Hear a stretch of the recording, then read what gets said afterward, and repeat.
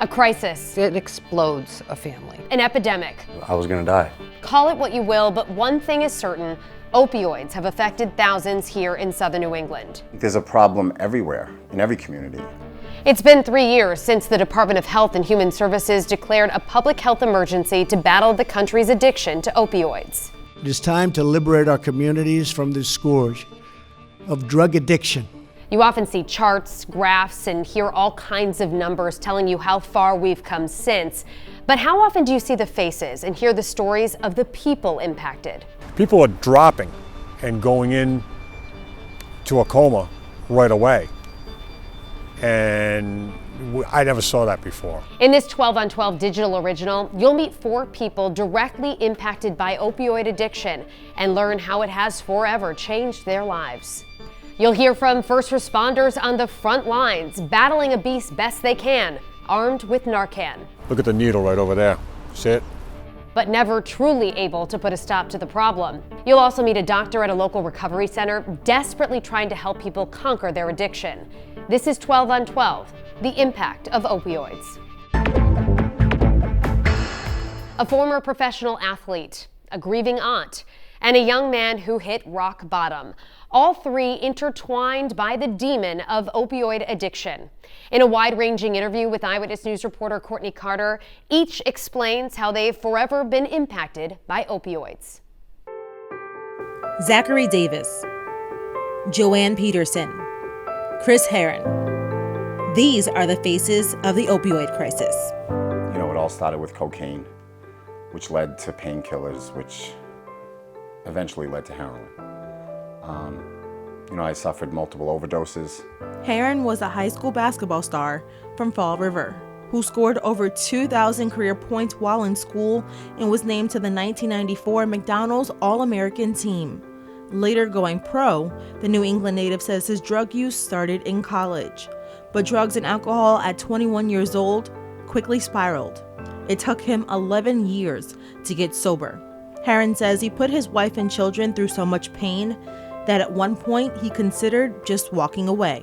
A counselor made a suggestion that I should let go of my family, that I should let them live. Took it as far as saying I should just play dead for them, that they would be better off without me. And to be quite honest, there was a part of me that believed that. Herren says he tried over and over again to get clean. Because of his drug use, he lost his basketball career. In his ESPN documentary 30 for 30, he even speaks about the time he overdosed at a local Dunkin' Donuts. He told his daughter he was going to get donuts and never came back. After multiple stints in rehab, he's now on the other side, trying to help others. He opened up his own rehabilitation center in Seekonk. Unfortunately, the stigma that's surrounded by opioids, even the people out there right now who are struggling, there's a part of them that believe that even if they get well, there's nothing to live for. And that's the furthest thing from the truth. Zachary Davis, just one of the many lives Herren's impacted. For so many years, I thought that there wasn't, or I thought that I didn't deserve it, or that I was too broken or I was too far down. The 26-year-old moved to the area in 2018 to get treated at Herren's facility when he had hit rock bottom. And this time I've had, multiple overdoses, and I finally just got to the point where I wanted to actually give this, everything I could one last time. That's how I felt, because I knew if I didn't, then I was gonna die. Davis's addiction started in middle school, taking prescription pills from friends that had surgeries. Messing around with that, you never know what it can turn into. And unfortunately, for me, it turned into the worst of the worst. So it made me a person that I didn't want to be. I said things I didn't mean, obviously created financial problems with my parents.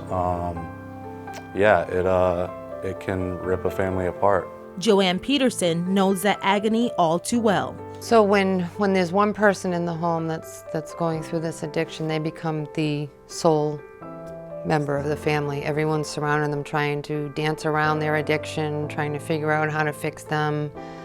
So the other kids, the siblings, you know, the family just it explodes a family. Her son and her niece face the demon of addiction. So this was back in 2001 when no one knew what OxyContin was. No one knew that, you know, kids had access to these pills everywhere. It was like this new thing. I mean, heroin's always been an awful addiction and it's always been an issue.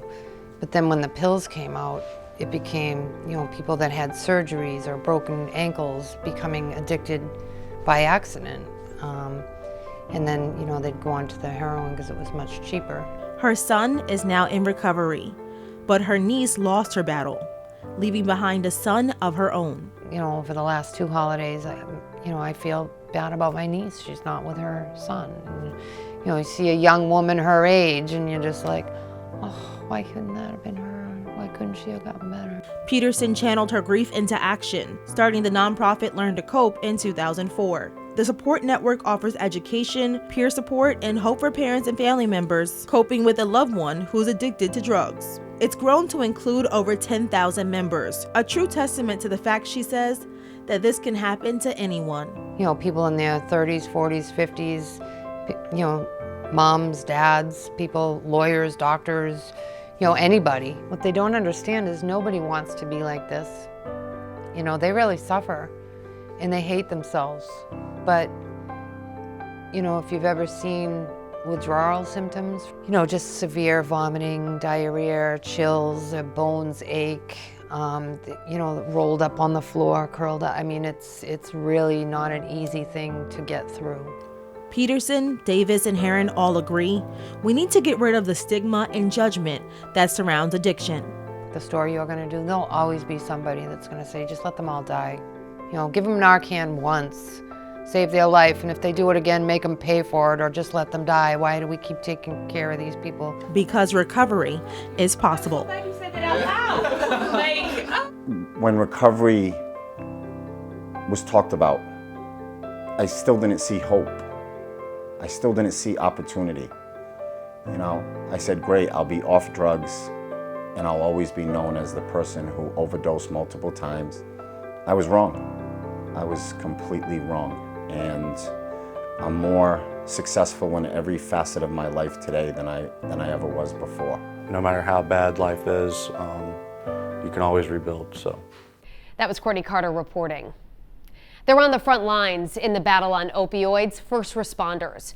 Police and firefighters are the single biggest factor in whether an overdose victim lives or dies. Because of that, the Department of Health tells us the state has dramatically ramped up the amount of naloxone, commonly referred to as Narcan, that it's distributed throughout the state, from 94 kits in 2012 to more than 21,000 last year.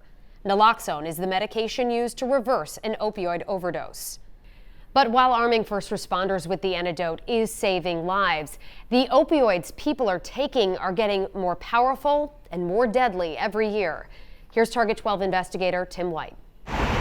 In June, a frantic Uber driver pulled into this Douglas Avenue parking lot in Providence after he realized his passenger was unconscious.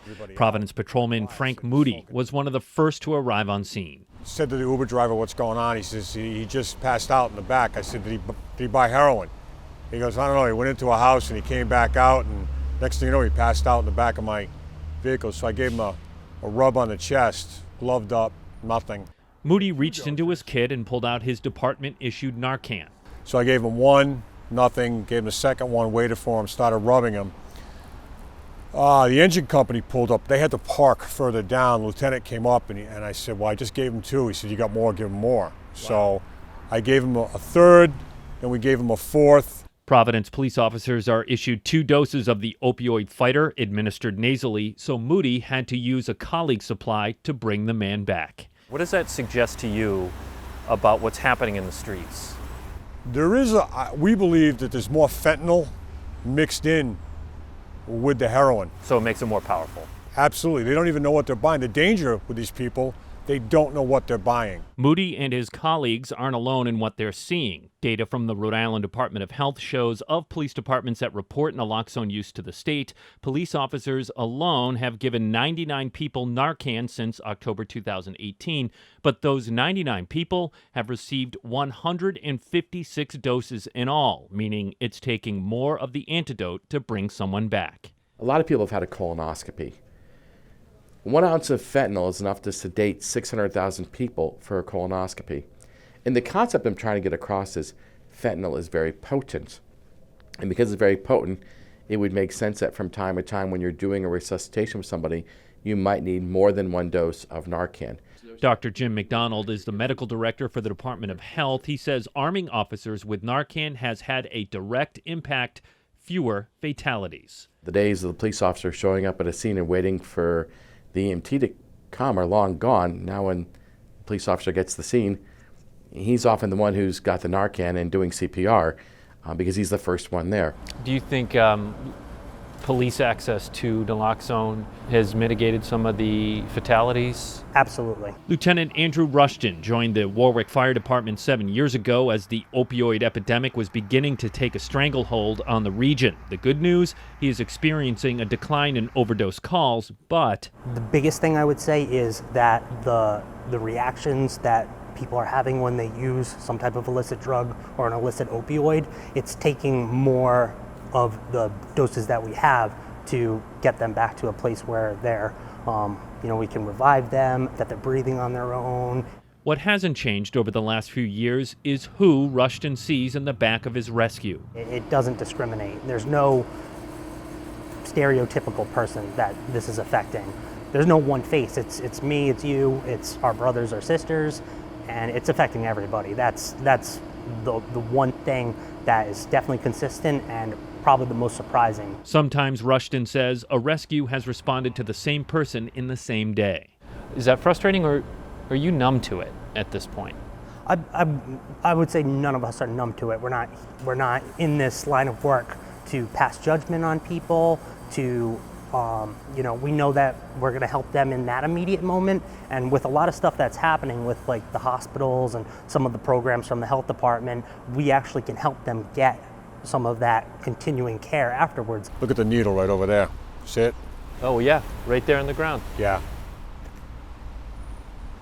So it's a big shoot-up place over here. Despite being surrounded by signs of the crisis on a near constant basis, Officer Moody, too, hasn't grown desensitized to it all. It's not, I had a very good friend of mine whose son passed away. Military veteran. Got injured, got hooked on painkillers, then went over to the heroin, and he had an overdose and died. If somebody had had Narcan, might have survived. So it's Is that on your mind when you're... Sure, it is. When you're, you could say that it doesn't bother you, but this is somebody's daughter, somebody's dad. This could be anybody. First responders are now being trained to not let a crisis go to waste. Rushton says when someone emerges from their overdose after receiving Narcan, one of the first questions he asks is, do you want help? Sometimes the answer is yes. What's that moment like, Lieutenant, when somebody acknowledges to you, yeah, I need help? What's that moment like? I would say that only validates to me and everyone else who's in this profession why we do what we do. That's the best thing in the world. It is a tragedy what's happening to them, but the fact that someone readily does want to take the help that you're offering, it's an amazing feeling.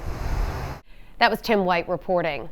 The Department of Health urges people to carry naloxone or Narcan in case they encounter someone experiencing an overdose. That medication is available over the counter at pharmacies throughout the state.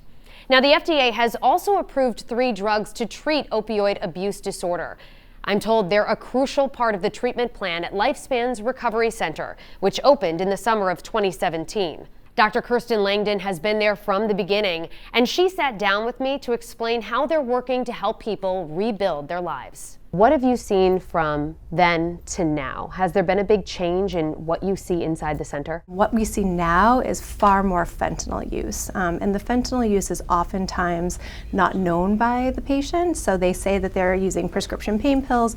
When we run the toxicology reports, it does not come back as that. It comes back as fentanyl. Fentanyl has really changed the game and changed the landscape in terms of the challenges that patients experience when they're trying to enter treatment, and also the threat that's out there in terms of overdose risk. Can you describe how difficult it is for these patients that make that really crucial decision to get help? How difficult is that road? When someone first starts using opiates, it's really about the euphoric effect that comes with it. That's what motivates the ongoing use. But over time, that really changes, and it becomes more about trying to stay out of withdrawal. People are just so afraid of withdrawal. It's such a highly aversive experience for them that they'll do almost anything to try to avoid feeling that way. It's almost like having the worst flu that you've ever had and magnify that times about 100. I've had patients say to me, I wouldn't wish this on my worst enemy. It's really that terrible. And so I think, getting people into treatment and letting them know that the medication is going to help with that significantly